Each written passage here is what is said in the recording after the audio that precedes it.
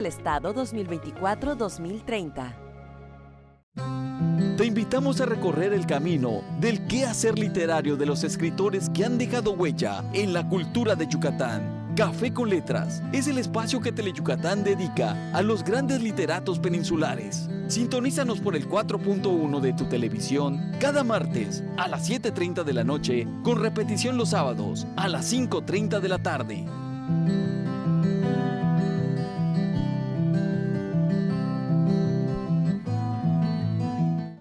En esta temporada evita enfermedades respiratorias y diarreicas con las medidas de higiene básicas. Lava tus manos constantemente.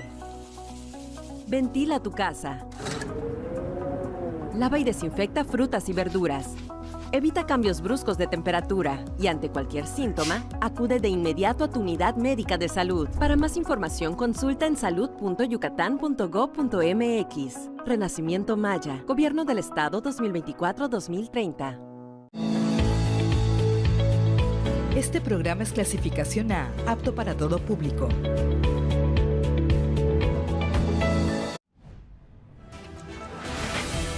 Hoy en Teleyucatán Noticias, de acuerdo con cifras del Secretariado Ejecutivo del Sistema Nacional de Seguridad Pública, el Estado se posicionó en junio de 2025 como el tercer lugar con menor incidencia delictiva del país.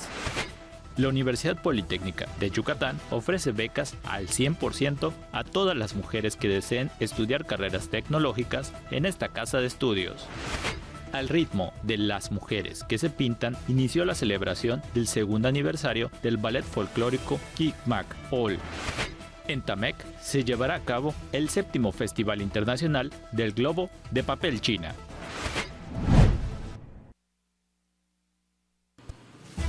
Familia bonita, ya nos encontramos a miércoles, mitad de semana, o mejor dicho, ya en el touch de la semana. Y ya a 30 de julio estamos a una nada de concluir este 7º mes del 2025.